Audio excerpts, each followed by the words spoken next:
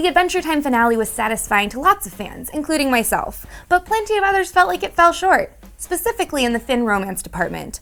So many fans are a mix of confused and angry that our hero's flying solo, especially since even LSP has a new boo.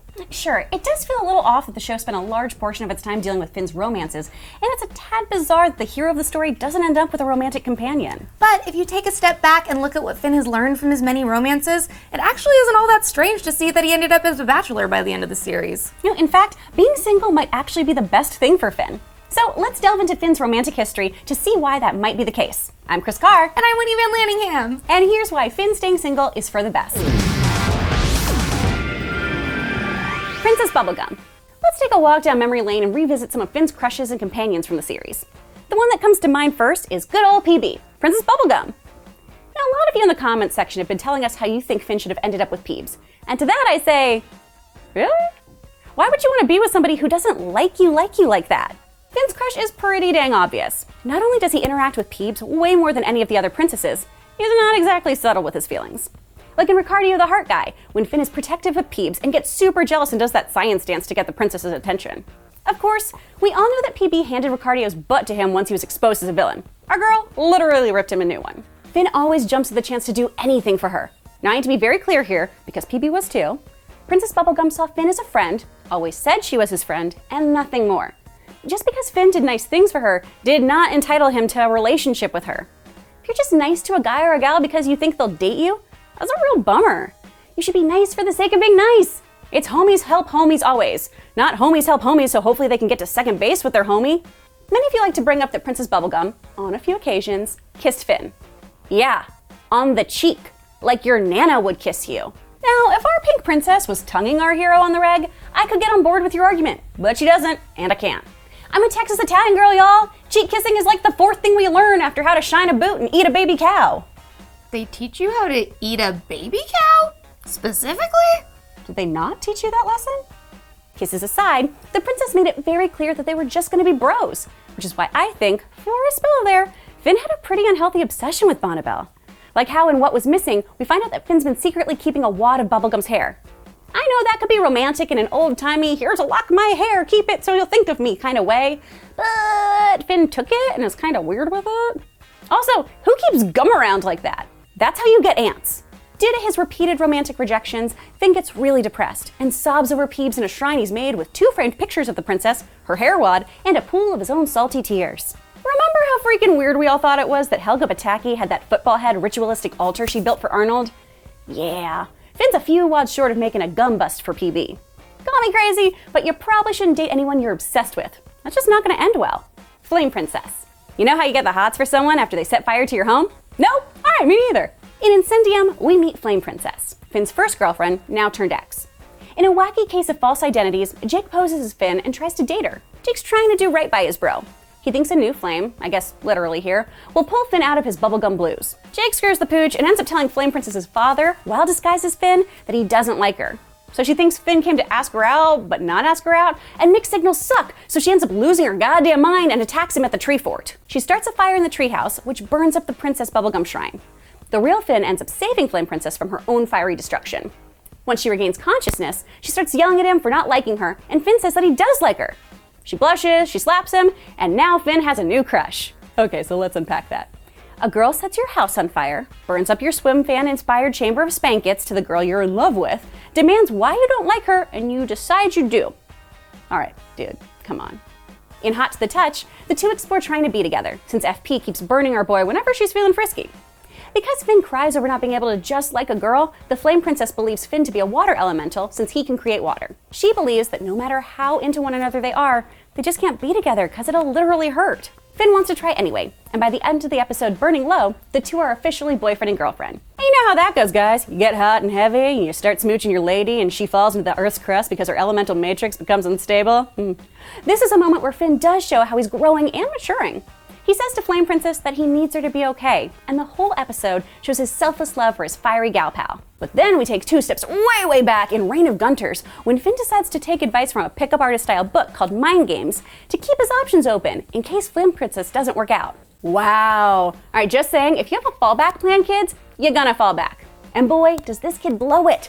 So bad that even Ice King thinks so. Finn decides to send insulting messages to FP pretending to be the Ice King, which sends FP on a rampage. When Finn admits that he's behind the letters, Flame Princess is understandably hurt. The letters were mean and hurtful, and the awful things that only Finn would know to put in there was a complete betrayal of her trust. She needs to cool off, and to be alone. Finn apologizes in the episode Earth and Water, hoping the two are still an item.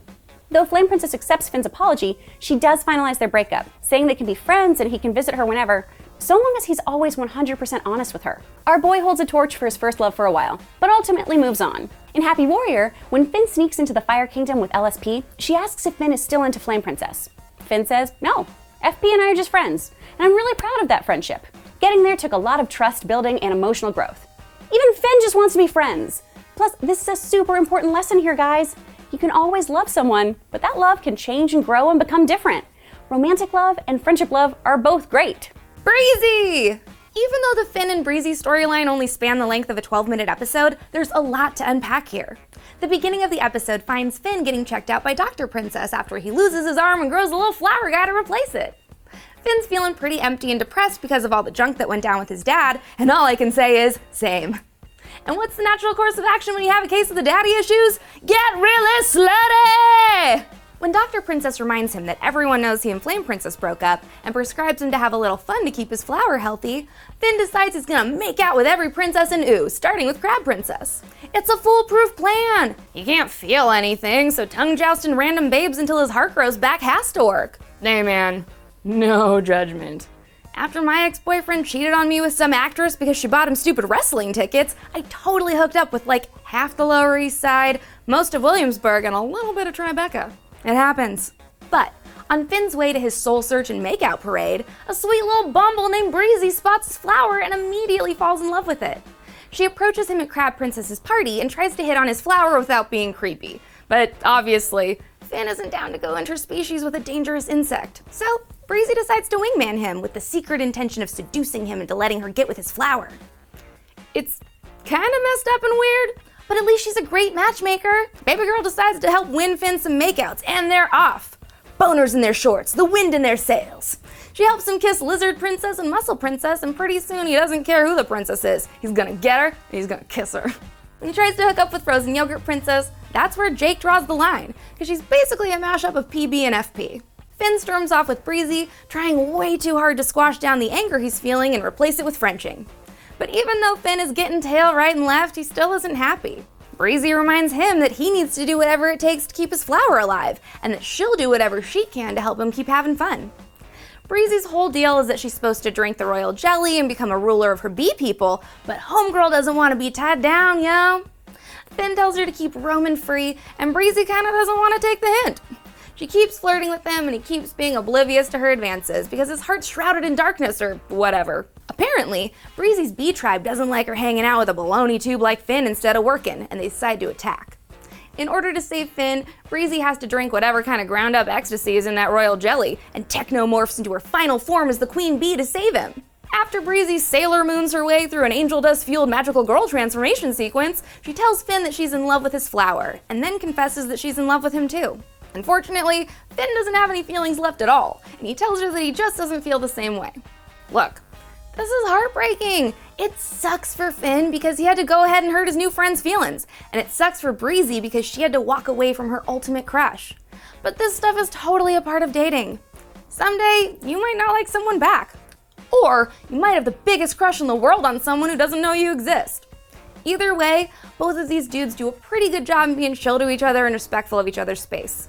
When Breezy leaves Finn behind, he goes to hook up with Lumpy Space Princess in the woods.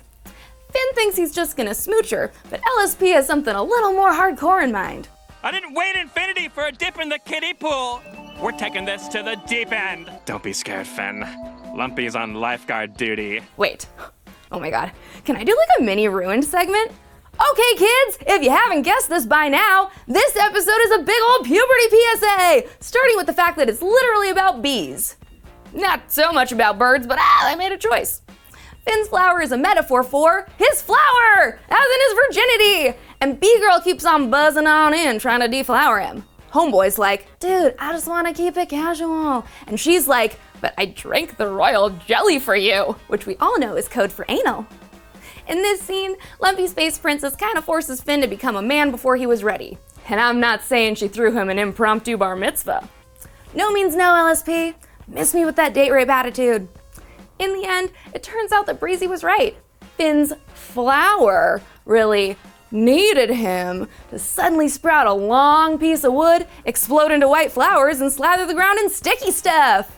I don't know if a hand job in a sleeping bag made Finn's arm grow back. Who's to say? But this episode does find a way to communicate facts about growing up and getting funny feelings in your trousers in a super relatable way. We've all been there. Obviously, this relationship never had a shot in hell to work out, so we get it. Finn wasn't gonna suck face with this Breezy in the finale. Aaron! This is hands down one of the best Adventure Time episodes I've ever seen. Directed, written, and produced by Masaki Yuasa, a super awesome anime artist, animator, screenwriter, and director. He even sings the intro song in this episode, and man is it trippy.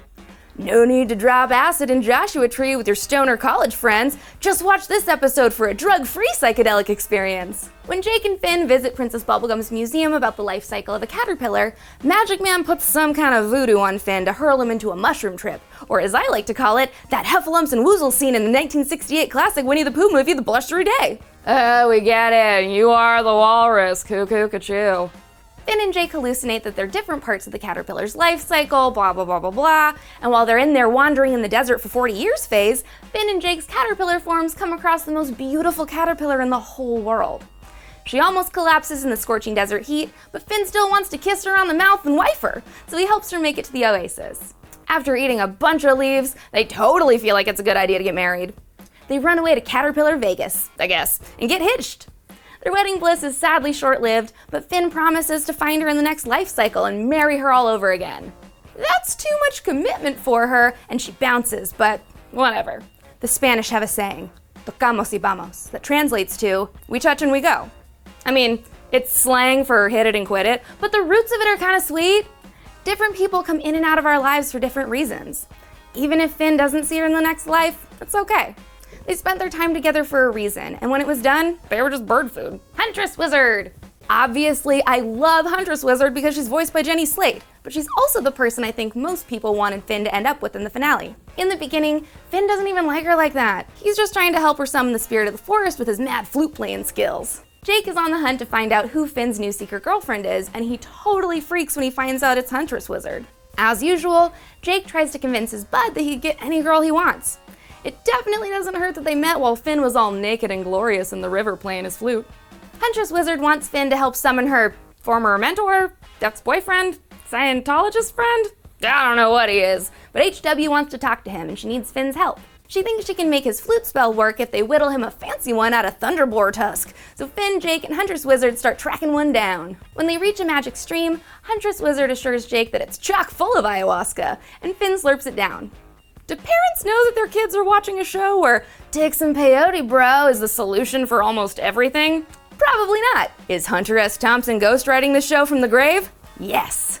After Finn sucks down some drug water, he immediately starts hallucinating a conversation with Huntress Wizard's estranged meditation instructor? Marching band instructor? I don't know. The spirit of the forest tells Finn that Huntress Wizard can't really see what's going on all around her because she's too focused on what's right in front of her. And then he makes Finn immune to electricity. Finn and Huntress set off to find the Thunderboar and easily steals one of his tusks. Huntress whittles him the new fancy flute, and they head off to perform the ultimate flute show together. When they play the flute together, the song that comes out is so beautiful that it summons the spirit of the forest. The spirit breaks it down to H-dubs with honesty and respect. They had fun together and it was a dope hang, but it's time to move on now. Ultimately, she decides to let whatever he is to her go. Afterwards, Finn confesses that he was playing the flute spell for her the whole time, and she says that her flute spell was for him too. Aw, you adorable little band geeks! They decided to part ways because Huntress Wizard decided that they were both too awesome to be tied down. And I can't say I disagree. The next time we see Huntress Wizard is when Jake drags Finn to the skate park to impress his granddaughter and makes him play the flute. She pops out of the forest real quick, which obviously means that she's not over him like she said she was. In the next Huntress Wizard-centric episode, Finn and Jake are determined to stop a lab-made candy monster who's been eating all of PB's banana guards. Unfortunately, Finn still isn't quite over what happened with Fern, and he freezes. Huntress Wizard swoops in to help him out, and explains that she's been hunting a Grumbo, aka the sloth-faced monster who's terrorizing the banana guards. Finn tells her what's going on, and she totally gets it. She makes him feel better and tries to assuage his guilt about killing his evil half. She comes up with a plan to help Finn get over his fear of taking the final blow, and tells him to stab the Grumbo in the stomach while she takes out its legs. Again, Finn hesitates, so Huntress Wizard throws herself in the path of the Grumbo to try to snap him out of it. Finn decides to picture Huntress Wizard as Fern so that he'll feel compelled to stab the monster and save him, and to his surprise, it actually works. The Grumbo dies, and Finn starts to heal his Fern guilt. Ah, man, she's so supportive! She knew he just needed a little push to get back in the game. But when Finn tells her that's not actually what did it, she says this. We both know you're totally in love with me.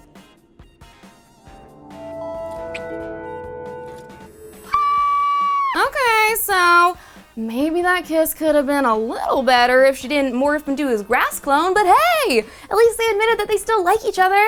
This, of course, leads to the discovery that Gumball is trying to create his own candy kingdom, which brings us to the series finale! We first see Huntress Wizard as a member of Princess Bubblegum's army while they're all discussing battle plans. When they catch a Gumbaldian spy live streaming their battle plans, Huntress takes him down so that PB can switch off the footage. She also helps take down Galb in the battle, but sadly, that's the last time we really see her until she's meditating in the epilogue scene.